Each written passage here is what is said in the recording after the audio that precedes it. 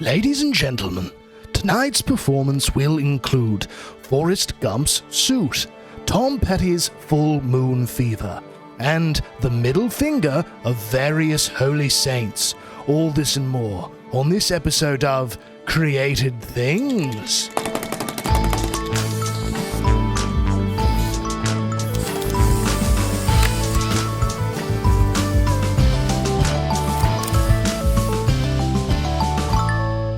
Hello and welcome to Created Things, the only show hosted by two old relics themselves, my good friend, Father Gabriel Toretta, and myself, artist and psychotherapist, Jacob Flores Popchek. How you doing, Father? Doing pretty good. How about yourself? Yeah, I'm doing good for a cranky, crusty old relic. Yeah, I appreciate that. You know, I teach undergraduates right now, and every time I try to make a reference to anything that has happened in my own living memory, I have to preface it with like, you don't remember this, but and yeah, so this is what it feels like to be like officially old, you know? Yeah, it's gross. I'm only 3.5 years older than my wife, and the generational gap is insane. I mean, she sent me a TikTok today, and she's like, "Did you watch the TikTok I sent you?" And I was like, "I don't know how to open that." Does that come on YouTube? Is there a YouTube? Can you YouTube that? I looked it up on the Facebooks, and there was no TikToks. myspace.gov / Oh my gosh! Weeblies. Yes, thank you. I mean, never forget, I did, in fact, have a geocities.com homepage. Oh, wow. It's dark. Yeah, in fact, I had several over the course of my life. Yeah, so there it is. GChat was weirdly my first social network, and then I was allowed on Facebook. Sad. Yeah, there it is. But I was kind of a little bit late to the MySpace thing. So you were a little bit ahead of me, but yet you and I still have more technologically in common, despite our age difference, than my wife and I do. Once you get the TikToks, it all stops. You know, time stops with TikTok. Yeah. I was in India like in September of 2019 for reasons.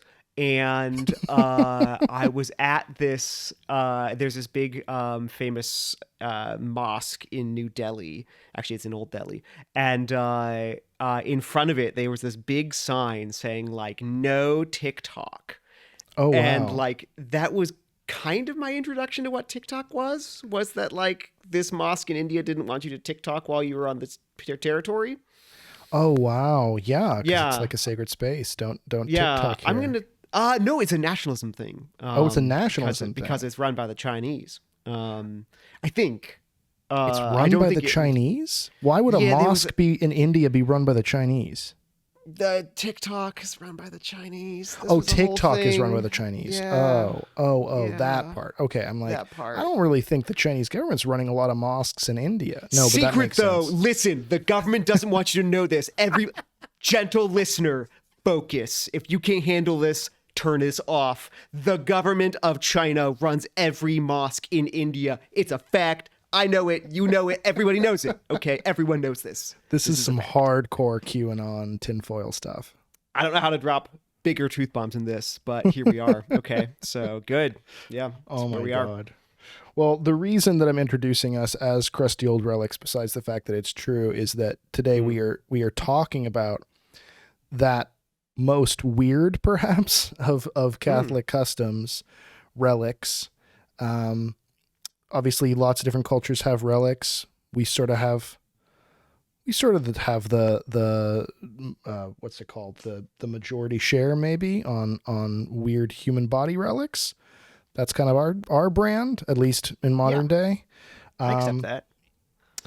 And you know a lot about relics, I think. I know very, very little about relics.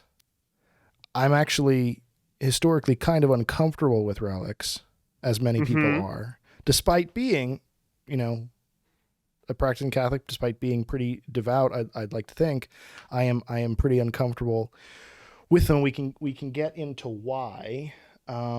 But maybe you can start us off by, if you don't mind. I mean, because you're a convert to Catholicism. I'm sort of born and raised in Catholicism. So maybe you can help us like understand just what your background is when you first discovered this and what your emotional response and journey with it was before we even start getting into like, specifically theology or history or anything like that. Just, defining for ourselves what relics are and what your personal experience was with them. And we can kind of go from there. Right. That's an interesting idea. I don't remember the first time that like I really encountered relics in living color, I mean not like in books and stuff, but like for real myself. I don't know, because I'm from the Pacific Northwest, and like this is not like an old part of the church, and so we don't really have like there isn't this like long history where you're going to find like all of these relics and stuff like this. And so Sure. I gosh, I must have been in graduate school before I had ever seen a relic. I can't really think of any previous encounter with one. And like I think really before getting any kind of sense about what a relic even was in like contemporary Catholic life, I think my bigger into that whole kind of realm was pilgrimage, actually, like going on pilgrimage. We won't talk about that. We should have a whole session about pilgrimages and stuff because they're amazing. But like I think that was sort of an entree for me. And then like, I mean, maybe there was earlier encounters, but one that I remember very clearly was like, already when I was like looking to join the Dominicans. So this is like some years after becoming Catholic, obviously. I visited the House of Studies in DC, which is a big Dominican priory with lots of friars. And it has this big collection of relics. Like there's a sort of open chest on a wall, basically, that has, I don't really know, like 100 relics or something. And like I remember a brother in the Dominicans who was sort of showing me around, like shows me this big reliquary, case for relics, and like with a lot of pride, he's like, and these are our relics. And I remember just thinking like, uh-huh. uh uh-huh. And then after that, my second thought was just like, and Yeah. so it's not immediately apparent like what is a relic, question mark, like why do I care, exclamation point, like is this a thing, unnamed punctuation, etc. Right. Like what do I do now, etc. Right. Okay, well, let's be, because I kind of want to, so that where I'm coming from, I kind of want to share my experience with relics, but I actually like where you're coming from first. So let's just do that. I mean, let's answer those questions. What is a relic and what isn't it, just for the purposes of this conversation? Yeah. So the word is one of these great things that comes from Latin, which just means like left behind. So something that's left behind, not in a glorious Tim LaHaye sense. Gentle reader, Tim LaHaye was a big deal in the early 90s. So speaking of being a relic, so it's what is it, but who has left what behind? It's a holy person has left his or her body behind. And so a relic is a part of a holy person's body. I mean, the holy person's body considered as such, or then a part of it. These holy people that we know to be in heaven, or whom we call saints, and then like the bits of their body that are left, that's what we then call relics. There's a whole lot of history we could talk about, but like that's the basic idea, is that it's a holy person who has died, and we are talking about genuinely like a piece of their body. Then there's like kind of second class of relics, which is like, I'm a holy person and here is my nasty old shirt. So like it's my shirt. It's gross. I used to wear it. I never washed it. Then that's what we call a second class relic. Yeah. Second degree. Yeah. It touched me. Yeah. Because it touched me. Exactly. And then there's what you call a third class of relics, It doesn't go any farther than this, so don't think this is like a wheels within wheels, like turtles all the way down situation. But there is a third class of relics, which is like I come to some holy person's tomb and I like take my shirt and I press my shirt against the holy person's tomb, and now the shirt is like a third class relic because I have touched it against a holy person's relics. Again, it stops there. Okay. Right. There's no 37th class relic. Okay. This is not 6 degrees of Kevin Bacon. But exactly. With dead holy people. Exactly. Okay, so this is what relics are. Catholics are big into this. I was keenly aware as a child that Catholics were big into this because I was raised in the Midwest where there are a lot more reliquaries and people make a much bigger deal out of it. And I wasn't freaked out by it originally. It was just sort of this thing that was universal. But increasingly, as I became aware of like what saints were, it became weirder to me. And it became weird to me for maybe a different reason than for everyone else. Because I want to backtrack here because, you and I are both, big fans of Pope St. John Paul II, Theology of the Body, and maybe some of our listeners don't know this, but Catholicism really anthropologically stands apart from other world religions, both current and historical, because we do have this profound focus on the goodness and sacredness and legitimacy of the body, right? Buddhists say, no, this is all fake and none of this really matters. It's all, an illusion. And, our evangelical Christian brothers and sisters, right? Non-Catholic Christians, make a very big deal about how the body is just sort of a shell or a husk, and our true selves is our spiritual self, and we transcend our physical husk when we move forward. And a lot of postmodern humanist religions feel the same way. And Catholics, we really step outside of that whole thing. We say, no, human beings are just that. We aren't just spiritual beings. We aren't just physical beings, as an atheist might say. We are fully spiritual and physical beings. Our body matters just as much as our soul. Our body is sacred. That's why we have, some of the rules that we do about it. But it comes from this, ultimately, I think, very body positive kind of sacred notion. And of course, that is completely counter to what most people think of when they consider Catholicism's relationship with sexuality in the body. We think of the angry, scrupulous nun wagging her finger, which is partially based on, unfair stereotype and partially based on the fact that a lot of Catholics don't know what the hell the Catholic Church actually teaches. But at least on the books. What? Yeah, well, never heard of that. Yeah, there's a truth bomb to follow up with yours. But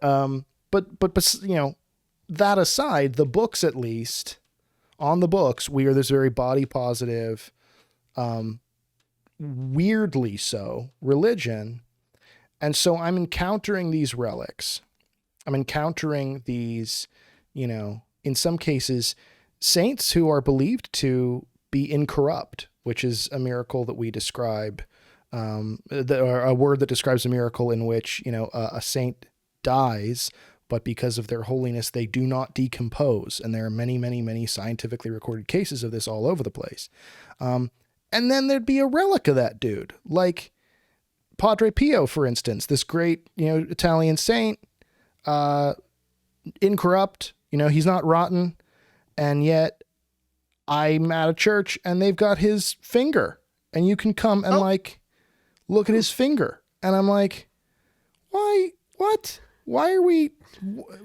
And did they chop it off? Well, that's what I'm saying. Like, and then there. I mean, it was at least the fingernail. It was really. Oh yeah. But like the whole fingernail, like the whole. Like, okay. He's not using it. What's your point? Well, because it's like that's what started to freak me out. Is like, at first I was cool with relics because it's like, well, of course we have a certain respect for relics, because this isn't just, as other religions would say, the husk that this holy person shed. This is this beautiful, piece of them that they've left behind. This is who they are. And it shines with holiness in the case of those who don't rot because they're incorrupt. Literally their biology symbolic of how, or shines with how, holy they are. So it's a wonderful gift. And then as I'm getting older, I'm like, oh, but like we're occasionally just like putting those people through like a chipper shredder and sending their parts like to all four corners of the world. And that flies completely in the face of my understanding of why we would do this. And it gets me very, very uncomfortable. So maybe this conversation is like way too high level. Maybe most of our listeners are just freaked out by the respect given to like putting body parts in little gold cases. Anyway, Yes. I'm kind of past that point. I'm more to the whole, why are we cutting up dead people point? But whatever weirdness anyone's coming in here with, maybe you can help speak to my weird insecurity with relics and also the more common insecurity with relics. And we can start kind of with that thought. Yeah. Example. Okay. Catherine of Siena. She's born in 1347, dies in 1380. One of these really great, one of the greatest Dominican saints, one of the greatest, most important sort of women to live for like a 500-year period, whose public name and reputation we know. Amazing. She's from Siena, but she dies in Rome, and she's sort of traveling around various places, most Italy, really traveling around various places in Italy. She dies in Rome. Okay, there is this legit habeas corpus situation when somebody dies, like literally who got your body, and so there's like a fight about who gets the body, which is the case here. So Rome is like, we're not giving up this body because she died like here, so she's ours. But Siena is like, but she's from Siena, and they like have this big fight, and so they decide, okay, we're gonna solve this problem, and they chop off her head and they send her head to Siena, and keep her body in Rome. But then I think Pisa is like, well, but what about us? Because they have some claim, they think, I forget why. And they're like, fine. And they chop off her foot and they give a foot to Pisa. And so now Catherine of Siena, like one of those greatest saints that everybody adores, is in 3 different places. Because her head's in Siena and her body's in Rome. And it gets weirder. It gets weirder. So her head gets sent to Siena. And there is this big triumphant procession celebrating like her death and like her entry into heaven, and then like the arrival of the head into Siena. And so there's a procession down the street with Catherine of Siena's head at the head, pun intended. And who is holding it? Her mother. Oh, God. Oh, yeah. I'm pretty sure, actually. I mean, I know she was in the procession, but I'm pretty sure she might actually be holding it. Anyway, it's all great. This is what Catholics do. It's like, this is like, I'm gonna start at the top, and we just have to, and like, if we can learn to accept this, then we can accept anything. Like, help us accept this. I mean, because obviously my discomfort is there, but we can get to my discomfort.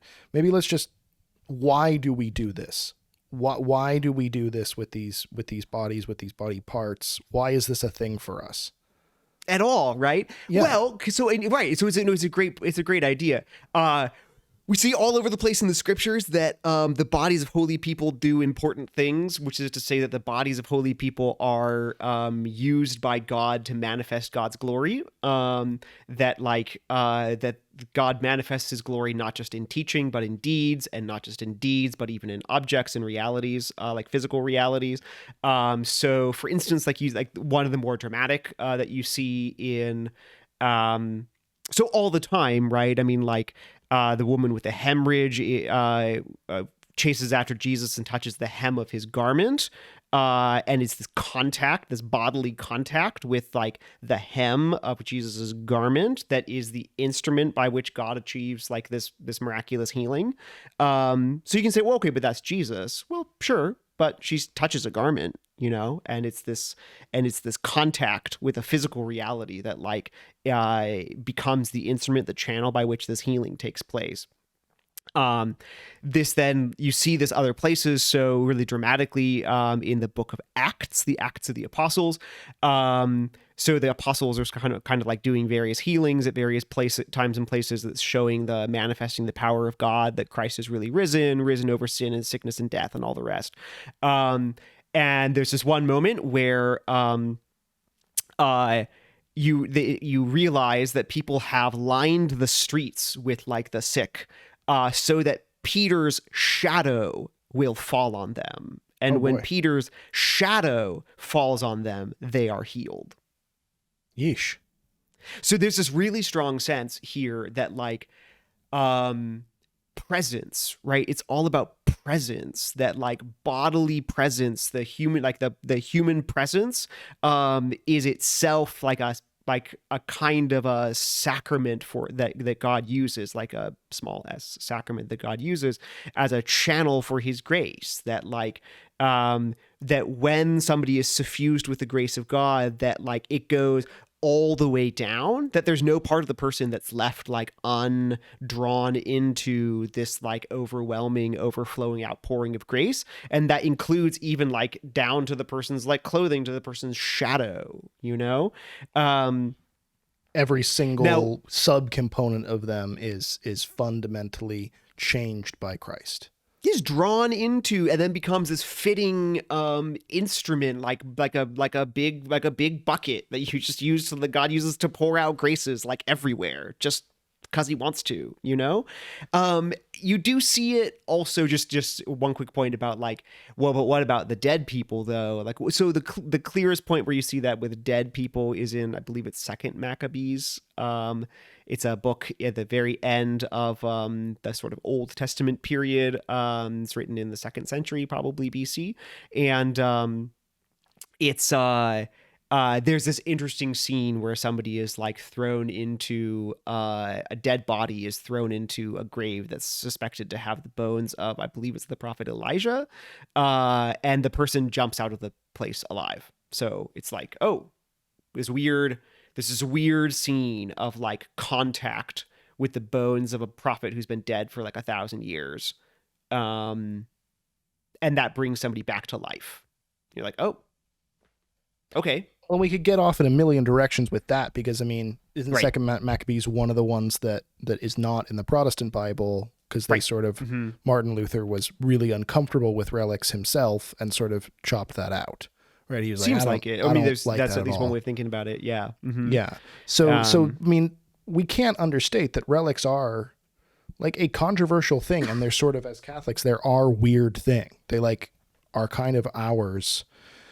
But let's lean into the dead person thing more, because yes, I'm with you, right? Our God is a super physical, presence-based God. This is a point I make to some of my clients all the time, right? People will be, kind of overly spiritualist about things and treat their bodies as though it's this shell they're going to slough off. And I always say, like, no, like, and I've said this on the podcast before, and I'll say it a million more times, but like, the God we worship is a weirdly messy physical God. I mean, this is Jesus spits into into mud and then rubs it in people's eyes and puts his fingers in their ears and bleeds and weeps and sweats and washes literal shit off of people's feet, and this is a messy, gross physical God. So there is something sort of like 90s Nickelodeon slime about Catholicism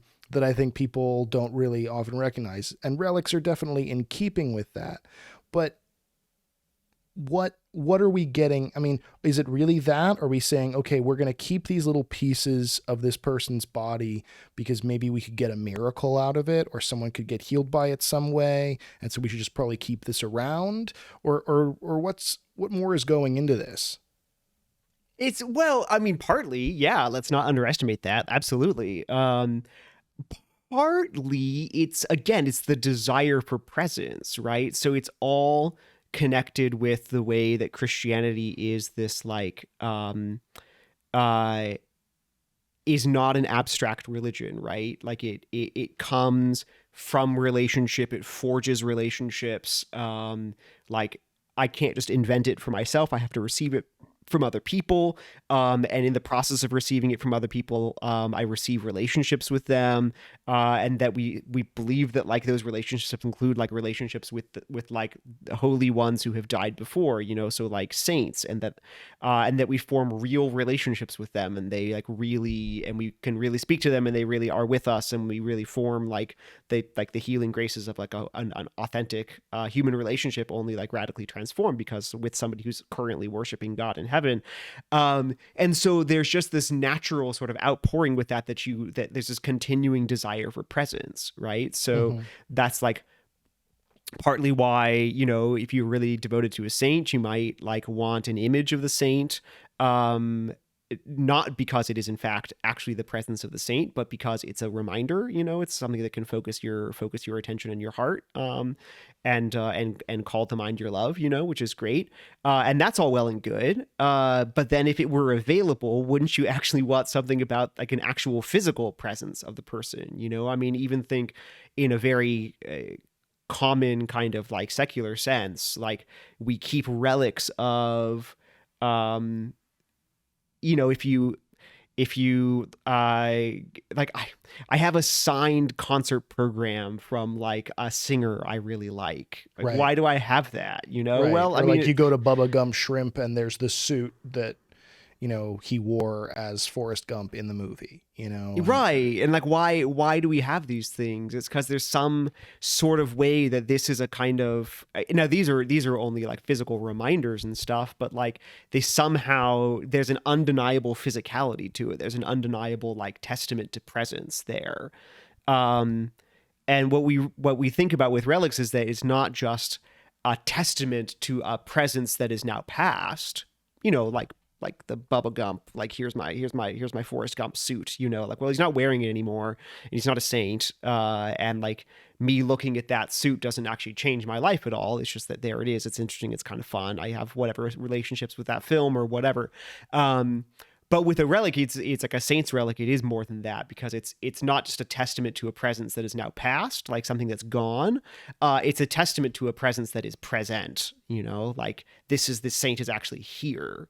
This is a physical remains of the saint, that remains in God's providence, an instrument of God's mercy, and his graces in that way, right? So like it's still the saint's body. Now we're not, there's no magical thinking here, like it's not going to run up and jump around and like, you know, all that kind of stuff, but like it remains the saint's body. And so the saint in heaven remains with this particular relationship to it, and it's a totally fitting sort of bucket to use to pour out graces in the world. And it seems to really please God to do that. And it pleases the saints to be able to be involved to be able to continue the growth and holiness and love of people on the earth that way. So like I'd say that's the basic idea. Okay. I mean, again, it's objectively weird, but delightfully so. And I can get behind it. But then we move into my fundamental discomfort, which is, okay, so I'm following you. The body is holy. There's a natural human longing to retain that connection to the body, to that physical presence. There's a natural divine desire to reach out to us through physical presence. The bodies of holy people, therefore, are an especially great way to sort of tether us back to God in that two-way street kind of physical presence. And sometimes we even get miracles out of that. So, you know, we have these, we keep their parts around, right? But it's the parts part that freaks me out.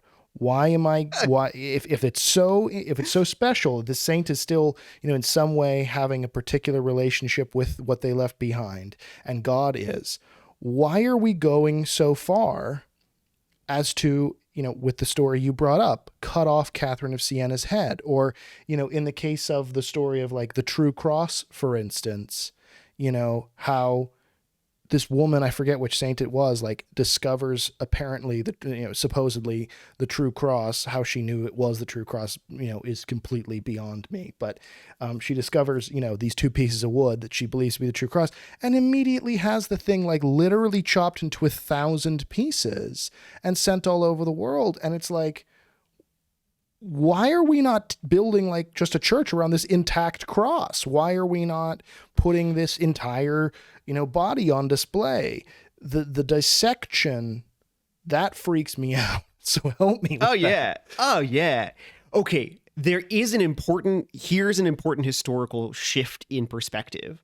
For a contemporary person, if we say, and I mean really contemporary, like this attitude is not very old, but for a contemporary person, if we say like, oh, here's a site where something really important happened, what do? We like put up, we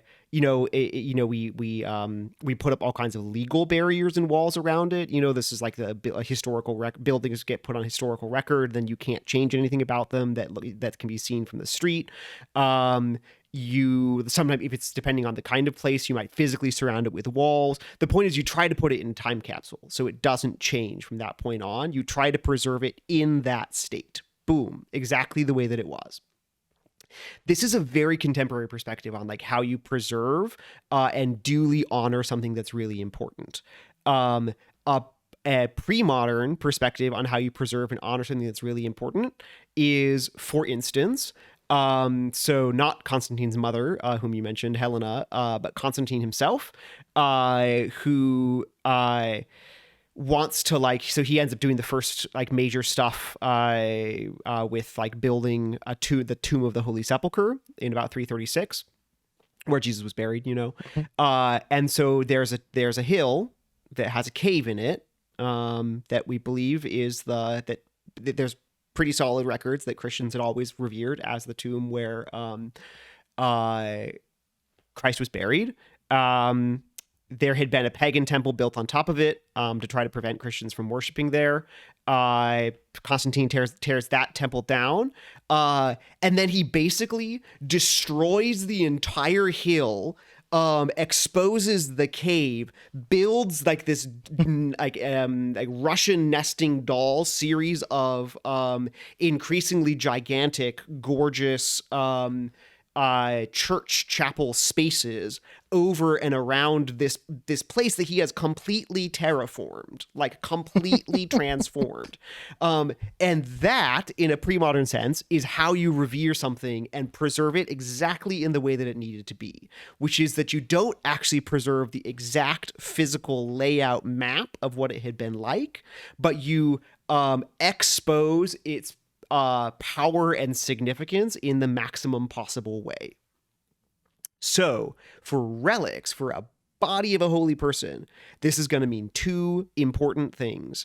One is that why not? What is the advantage to be gained by bodily integrity at that point? Christian belief is very strongly that we will be resurrected at the end of time. For an ordinary body, there is a general expectation of integrity.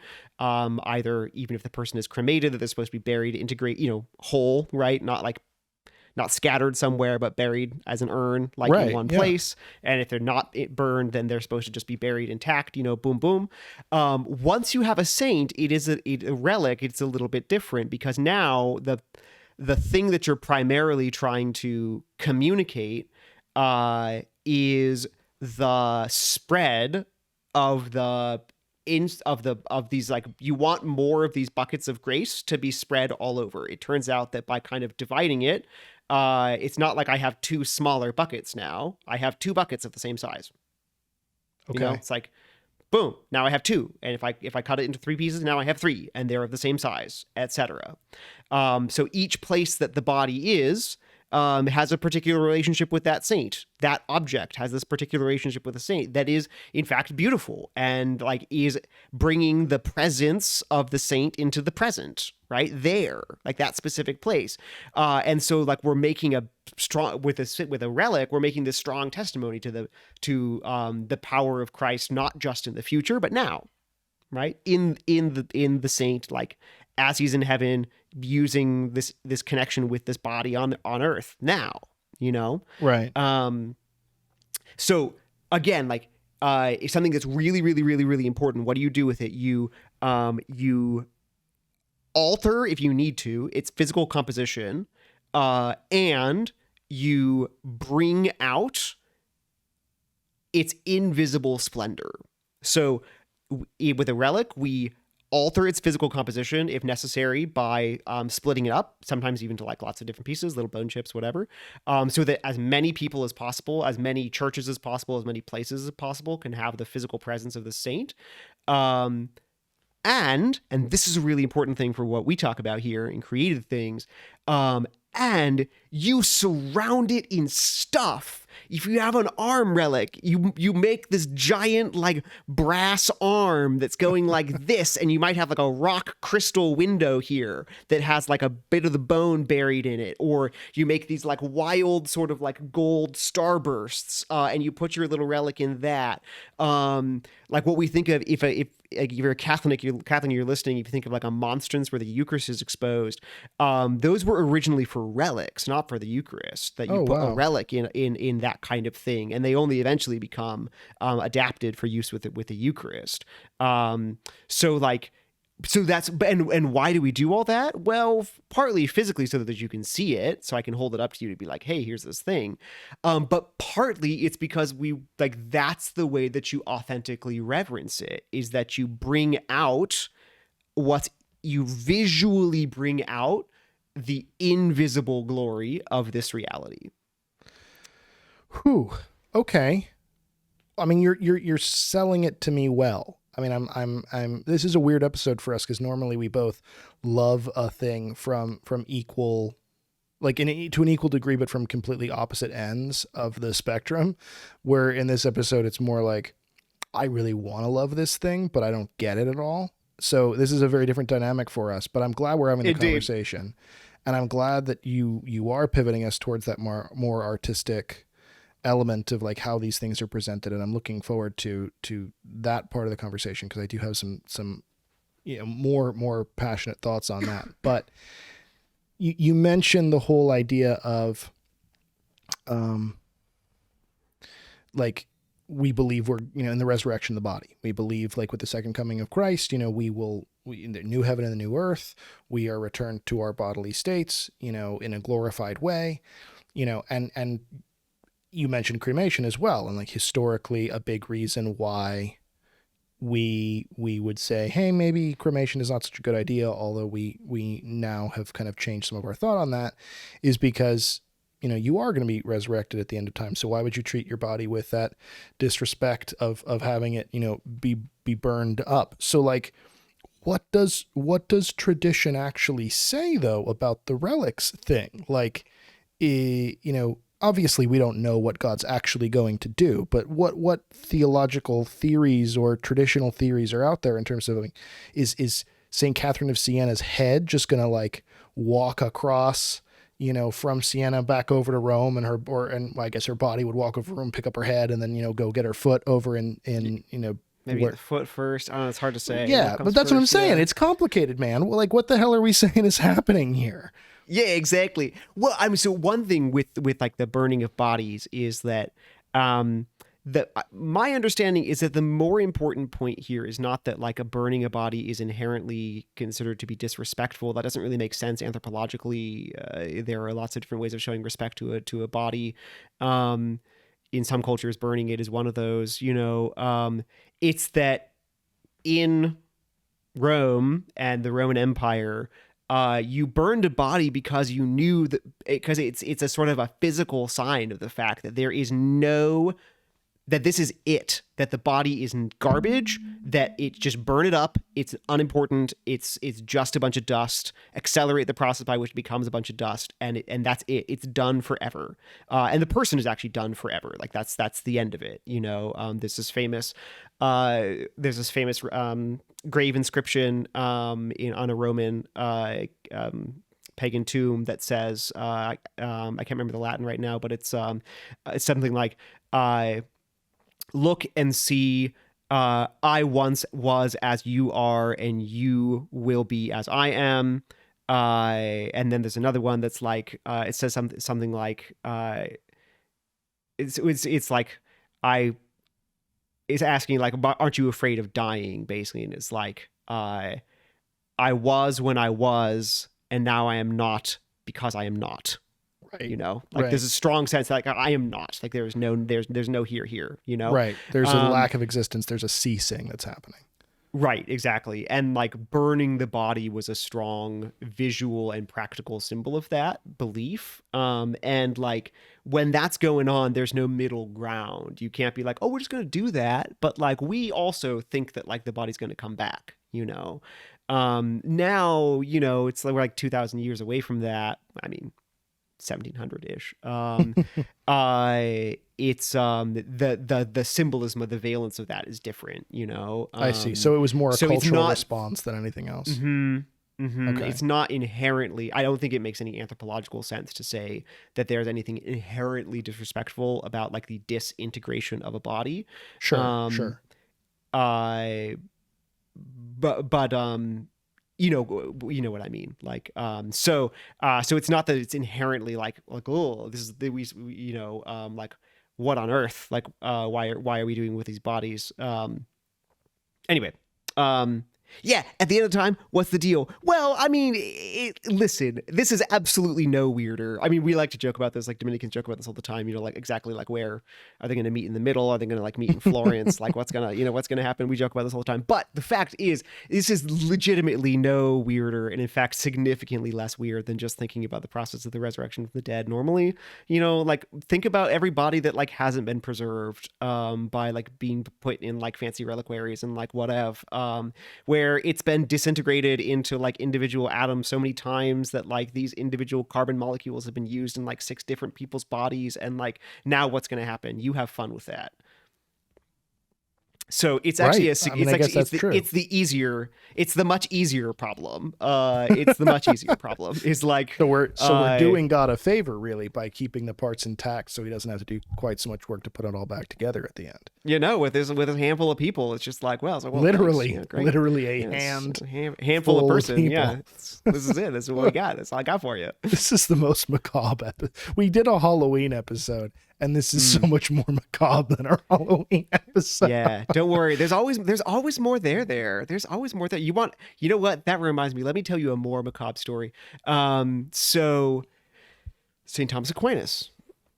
In case, gentle reader, you think that the Dominicans have a bloodthirstier taste for relics than other people, don't. You are wrong. We do not. However, we have good stories about them. So Thomas Aquinas, great saint, one of the great saints of the church. He when he dies, there in I think 1272, is that right? Everyone knows he's a great saint, right? It's really obvious. So they have this dead body of Thomas Aquinas, and they're like, oh my gosh, listen, I can't wait. Okay, so they throw him in a big pot and they boil all the flesh away, and then they take the bones out. Okay. That's which is gross. Real. Yeah, no, it's not gross at all. It's cool. This is real. This happens. It's not a big deal. Lord. They don't eat it. Okay, don't be weird about it. But they I think they bury it. Okay, but like the point is, yeah. So they have the bones like the next day, and people are like, didn't he just die? They're like, yeah. What's your point? Here's about Thomas Aquinas, though. Oh my gosh. Yeah, I mean, again, it's. Yeah, there's no way for us to discuss this without me having to be just really personal and open and vulnerable, which is that a lot of these more weird, like, not weird in the kind of 90s, ew, that's weird, but almost weird in the sort of like double V old English weird of like, you know, veered in the old forest and creepy and spooky elements of Catholicism, you know, are things that I've always felt, even despite my devoutness, are kind of behind this beautiful glass window that like I can see them and I just cannot figure out how to get into that building. A particular visceral story. I have a buddy, you know him. I won't mention his name, but he's the most intense mofo I've ever met in my life. And I always joke, in describing him that he's a really good person. He's the sort of guy who would give you the shirt off his back, but then he would give you like his pants and his underwear too, and you'd be like, "Stop! Why are you doing this? No one wanted this." Right? That's the kind of person that he is. And he was sort of preliminarily beginning to date this young woman at the beginning of our friendship, and was sort of on the fence about it. He just gotten out of a really hard relationship, and he wasn't sure if it was right or not. And he had this is getting back to that whole, Padre Pio's finger thing, because he had this dream, he told me, where Padre Pio like shows up and shakes him and screams something in Italian.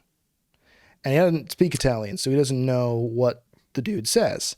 But That's then he amazing. hears that, the relics of Padre Pio, I think it was like a piece of his robe or his fingerless glove or something, and then like a piece of his finger, or maybe just the fingernail. But I think it's like a whole piece of the finger.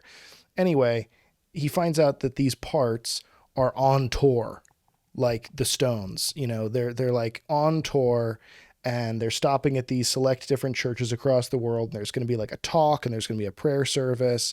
And he tells me like, "Dude, you've got to come with me. Like, I need to find out what this dream was all about. And you've got to drive me." And I don't want to do this at all, but I want to be a good friend. And honestly, I want to be past that glass window. I want to be inside that building. So I'm like, maybe this is a chance for me to finally understand what the hell this is all about. So I get in the car, I drive him, the hour and a half, 2 hours, whatever, to this little podunk church. And there's this old Italian man, who I guess knew Padre Pio when he was like 5 years, when the old man was like 5 years old. So there's, some sort of crossover in the Venn diagram of their respective lives. And he gives this like very impassioned talk that I really didn't understand very much of because his accent was so thick. And then we all and everybody's just like bowing to this little piece of finger. And I'm sitting there and I'm like, am I taking crazy pills? Like, what the hell is going on? Like, I want to get this so much, but it's like being the one friend in a group of people. It's like being the DD. That's what it is. It's like being the designated driver, where everybody is like really intoxicated, having an amazing time. And you're just sitting there and you're like, oh, this band sucks actually. And they don't know it because they're having such a good time and they're so drunk. And I'm simultaneously annoyed and like deeply envious of what I'm obviously missing out on here because I'm the DD. And in this case, literally the DD, because I was, driving him to go see this finger of a saint. So that's historically been my experience of Relics, right? Is like driving people to like Bone Daddy Coachella and then not being able to understand it. So how, for me, as a Catholic person who wants to get it, who wants to be inside that building, and then for anybody else who's listening, the atheists who are listening, the agnostics who are listening, the people who've never been inside a Catholic church who are listening, how do we, what you opened this at the beginning of the episode, but like, what do I do now? Yes. And to the relics, like, what is my response supposed to be, or how do I encounter these things? How do we get inside that building, or at least begin the process of that? Yeah. It's funny as you say that, like I had forgotten that I did actually have like a really, really, really powerful personal experience with Relics. Oh, I've triggered something. Where Here like, we go. yeah, it's funny. I forgot that completely. Like, I think it was maybe the first time anyway, I was in graduate school, and, like, the heart of Saint John Vianney, who's a 18th century saint from France, Looks exactly like Severus Snape. Exactly, 100%. Yeah, he is. Yeah, exactly. They're body doubles. And they're pretty much personality doubles too. It's kind of, yeah, it turns out. And like, so his heart is like, I wouldn't say incorrupt, but his heart, anyway, this is a heart, it's around. And the heart, which doesn't really travel, mostly lives in France, came to, like, you never know how these things work. It didn't come to New York City. It came to this random podunk place on Long Island. Yeah. No, that's the thing. Like, Relics never play the big venues. Yeah. So Relics. it comes exactly. It was so weird. So it goes to this random place. So like I did something I never had done before. So I get on like whatever crazy commuter train it is that goes to Long Island, and like I go there at like crazy early in the morning, like by myself on a Saturday, and I have no idea. Like I literally don't know why I'm doing this because like I've never read like a life of John Vianney. Like I don't really know all that much about him. I just like I heard that this heart was going, and I was just like, I have to go. And that's it. Like there was not a debate. It was just like, I have to go. I am going. And like the whole time I'm going, I'm like, I don't know why I'm doing this. I have to go. I have to go. I have to go. I have to go. And like again, I don't know what to do. I don't know what this is. I don't know like what I'm supposed to do. And I get there, and like, yeah, there's people playing some chintzy music or whatever, and then there's like people talk for a little bit. And there's like priests hearing confessions and stuff. But like ultimately there's just this heart like in front of the altar in a reliquary. And I was like weeping for hours and couldn't leave the church. And like, Oh, wow. it was like that was a big part. I went to confession, and then it was like this big part of me becoming like absolutely certain, in fact, that I was going to become a priest. In ways that I wasn't entirely like, I didn't totally connect. It wasn't like that day I noticed it, but like when that final resolution and action happened, like not too much later, I could realize and see, in fact, that there was this very strong, like direct line connection to that weird event. Wow. And so, I can't believe I forgot about that. It was a really wild event in my life. And there I can say like it genuinely in my own experience was like, it was like a personal thing from one person who wanted to talk to me. Like John Vianney had some things that he wanted to give me. And so he was like, I want to give you some things, but I have to give them to you in person. And like, hey, could you come to Manhattan? No, I'm going to come to this random stupid place in Long Island. And so I like went to this random stupid place in Long Island, and he was like, here's these things I wanted to give you. And like just planted them in my heart. And then like a couple months later they sprouted, and like I became a Dominican. Wow. That's and a so really I do think story. Yeah. I think there legitimately is something about that with relics though, that like, because they are because they are a presence, and so there's an invitation to presence, and that like when we are talking about this, we are legitimately not talking about magic objects. We're talking about like, here is a person who has some gifts that he or she like might want to give you, and might want to give those gifts in person. Well, which honestly explains a little bit my emotional experience, because it's like that experience wasn't for me to have, you know. It's like my buddy was being very formally invited to have that experience. You obviously were being very formally invited to have this experience, and like I was also there, but it wasn't for me. And I think that speaks to like, because if it was a magical object, everybody in the group would be like, oh, magical object. But it's not. It's a very personal, relational kind of thing. And so there are going to be hangers on. There are going to be people at the back of the room in the party who are like not there for that same thing, or who weren't invited. And that doesn't mean like I wasn't liked by that saint or something. It's just that wasn't my experience. That wasn't my time. And I'm that's really resonating with me as I'm saying that. But then what should our response be? Like when I'm walking into a church and they have a relic on display, or if I find out that a relic is coming to my town, or, you know, a buddy invites me, or one of our listeners, you know, to go see something like that. Like what should our posture be? Or how do you even approach that? Yeah, you know, I'd say again, like we have to think of it like as personal. Like start with the person. You know, like I think a medieval person could start with the body a little bit more easily, because for various reasons, I think we start with a person.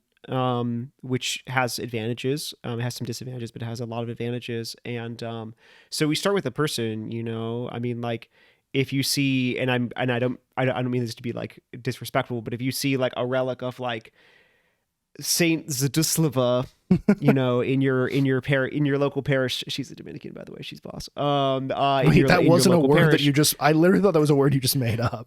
That's what she's did. I thought you were just like Saint. Oh, I'm sorry. She just lived and died for Jesus Christ, and you thought I was just making fun. Get wrecked. I'm sorry. I'm sorry. Exactly. So, excuse me. No, right. If it's just some random saint like this, like, don't sort of like don't like force things, you know, like don't be weird about it.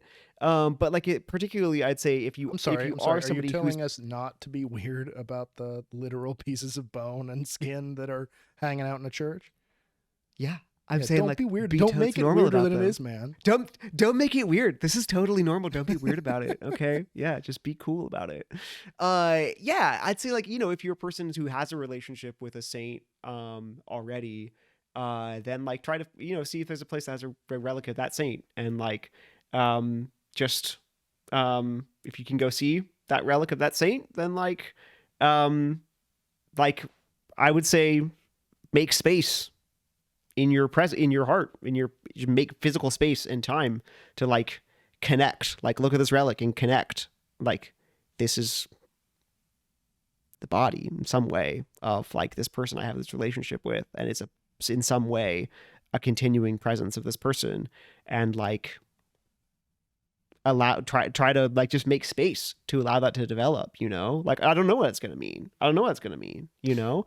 You know what's hitting me though as you're saying this, and I'm kind of excited by the idea, is I think the reverse can also be true. Like, if yes, of course, what you're saying, if there is a, you know, if you have a devotion or an attraction to a particular saint, you should go out and maybe seek to encounter one of their relics. But also, like, it's common enough, especially in the United States, for there to be a church nearby. God, I can't talk. For there to be a church nearby where either a relic is permanently stationed or where a relic is traveling through, and going and intentionally learning about that saint and trying to build up some kind of personal understanding or relationship with that saint, and then going and seeing those relics. Like, you know, it can either be, I have a relationship with the saint, so I go seek out the relic, or it can be, I have a possibility of encountering this relic, so I'm going to try to understand who the heck the person was. And I've been joking about this idea of, or about, you know, sort of comparing the traveling relic to the concert tour, and, you know, playing the small venues and all this stuff. But I mean, that is actually when I have been the designated driver for friends at concerts. Like, that is actually how you prepare, is you say, I don't know this band, but I'm going to go and I'm going to spend like a week listening to the music of this band, so that when I get there, I know what the hell they're all about. And then maybe I can have my own connection and my own experience with this band. And, you know, I'm describing my experience of going to like the Saint tour as the DD, so to speak. But there's actually a surprising amount of, as I'm saying it, there's like a surprising amount of truth to that in terms of how to encounter those things. Yeah, I think that makes a lot of sense. Yeah, and now that you put it that way, I have known people for whom it's worked that way. You know, like there's this really wild time when I was studying for the priesthood that like Mary Magdalene's thigh bone which itself sounds like the name of a band. Exactly. In fact, it does. Fact. Spent a day in like the priory, the monastery where I lived. Wow. And yeah, just did. It was amazing. And like someone I knew who was just like coming into the church, didn't really like know anything about relics, came and like spent the entire day like crying in front of this relic and had no idea why, and then like became a nun. Wow. And like that's that. So these things do happen that way. But I want to talk briefly about I realize I actually do have a relic What? with me. You just Yes. realized that? Well, a few minutes ago. But it is an important transition too. You can't see, but this is there. You can kind of see. It's not really going to focus very well, but this is Therese of Lisieux, Oh, wow. the little flower. Yes, who's one of my favorites. She's a very important part of my life. And yeah, she's amazing. And but one thing that's interesting about this is that like this is we talk about again like the physicality. There just is never enough to be said about like the physicality of relics, right? Because there's the thing itself, like the actual person's body part or whatever, which is you can't get more physical than that. But then there's just the whole materiality of like the reliquary, the way that we carry them around, like what do we do with them, like the way that we ensconce them in a church and whatever. And which like, itself is, I mean, this, we're talking about how to approach relics, and I mean, historically, this is how the church approached relics. We did, you know, surround them with the most ornate and lavish and almost gaudy gold and bejeweled decoration. So I mean, you know, this is you're not changing the subject. I mean, you're directly kind of speaking to the spirit of my question. So yeah, exactly. And so like again, I just think that like it's important to see that any Christian material art has as its essential character that what it does, when I say, and now maybe I mean particularly kind of liturgical art or whatever, but like the essential thing that it does, what makes it like sacred art rather than just like anything else, is that it attempts to make perceptible to the senses the supernatural splendor and beauty of the thing, circumstance, situation, saint's relic, Eucharist, whatever we want, whatever it is at this time, that is there but invisible to the senses. That the whole point is to make that invisible beauty perceptible to the senses. right. That's what it does. That's why it's sacred art as opposed to any other kind of art. Well, and it's funny because, you know, you're talking about the profound physicality, but this is something that Pope St. John Paul II says about the body itself, right? I mean, he says pretty much in the opening of his document, The Theology of the Body, Men and Women He Created Them, he says the body and it alone is capable of revealing what is, making visible what is invisible, the spiritual and the divine. Right. So I mean, exactly. you know, there is this profound physicality to, you know, first the body and then the expression of the body, which is the arts. And then in particular, the arts that then serve connection to the body, either the body of Christ or the body of the saints or a deeper understanding of my own body. Yeah. Yeah, exactly. And then I think that's a helpful and like entree into actually like understanding what these things are at all, you know? So like, why is this one in such a simple little container? Well, it's because Can you this just is really describe meant that? to... Can you describe what it looks like for our Yeah. audio listeners? Oh, I'm sorry. Listen, this is going to seem irreverent and possibly irrelevant, but I want you to know it is neither. In one of the greatest albums of the 20th century, Tom Petty's Full Moon Fever, there is this moment in the middle where it just breaks off and he says, "Hello, CD listeners. We've reached the moment in the album when those who are listening to this on cassette tape or a record will have to get up and switch to side 2. In deference to them, we'll pause for a few seconds.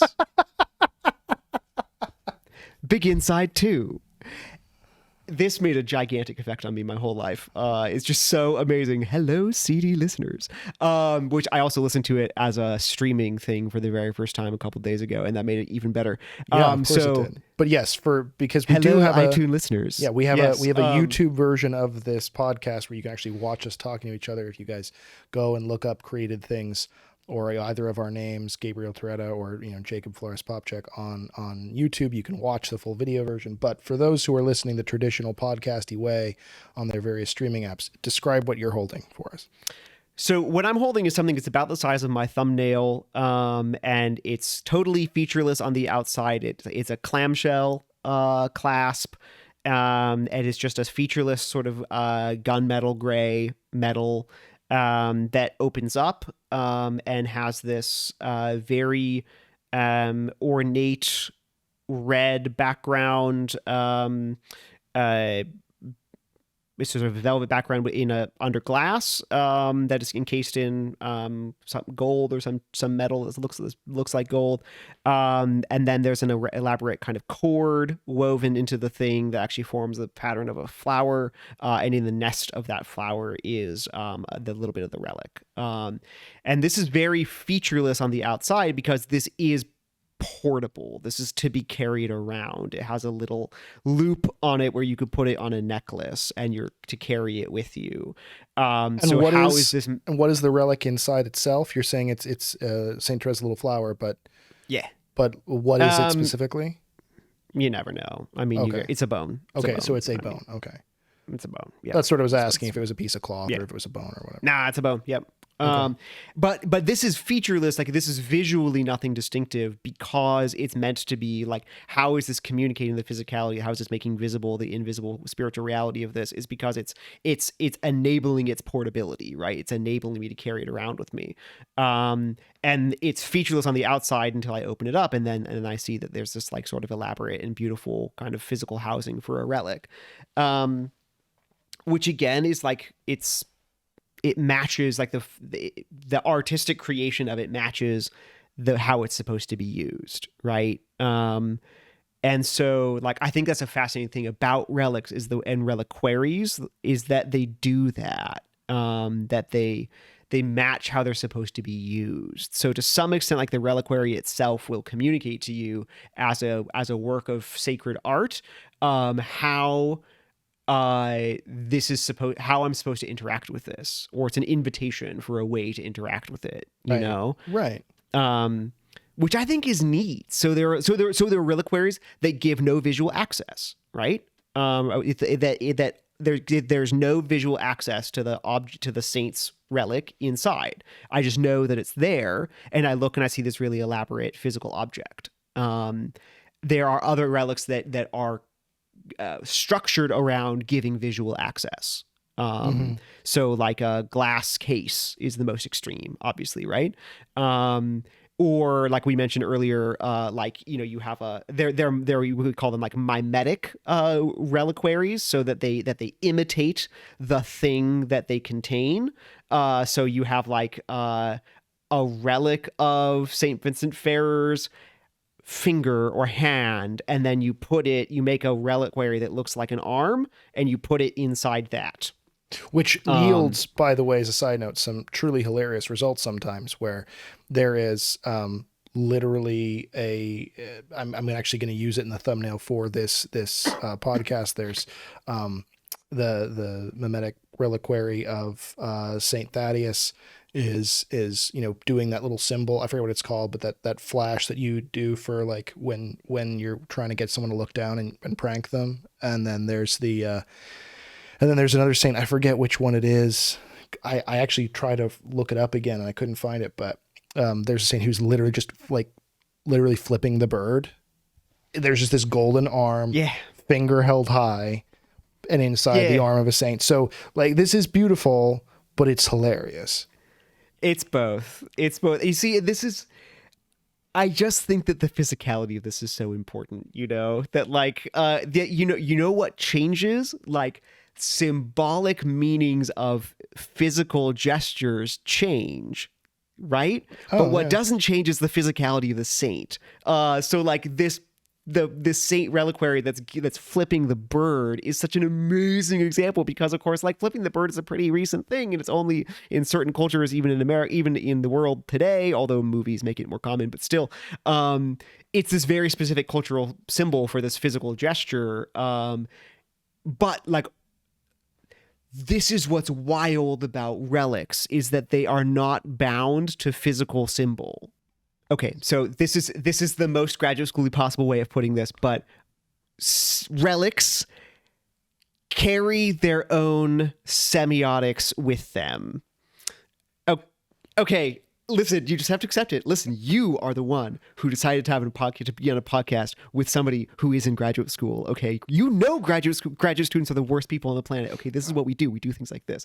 But the fact remains that relics do actually do this. They carry with them their own symbols, right? Like that they teach you what the symbols to appropriate them are. Like they actually have this way of teaching you how to be with them and be present with them. That like is beyond and kind of transcends the particular visual symbols of the culture that you're a part of. So I actually think it's important that you're starting the conversation off by flagging it as like, I just think the visual physical symbolism and reality of relics is profoundly discomforting. I think that's actually kind of part of it, is that they do actually unsettle us from the kind of like visual symbol set of the holy that we're used to, and they impose their own. Well, and even deeper than that, I mean, because I don't want to sell at all the profundity. That's the word I'm looking for, of your point. But I'm going to go the psychotherapist route on this and say, we're talking about relationship, we're talking about presence, we're talking about physicality, and isn't relationship and physicality at its core really uncomfortable that way, right? I mean, truly, the reason why, if we're uncomfortable with relics or any of those things, if we are, is because some part of us, and I'm speaking for myself, included in this, some part of us does buy into that kind of hyper spiritualist, like God only really cares about our soul thing. And as much as I don't want to buy into that, as much as I actively try to yield away from it, if I'm honest with myself, of course there's a little part of that there. Of course there's a little part of that for all of us there, right? Because ultimately we don't really like our bodiliness. We don't really like intimacy. It's weird. It's uncomfortable.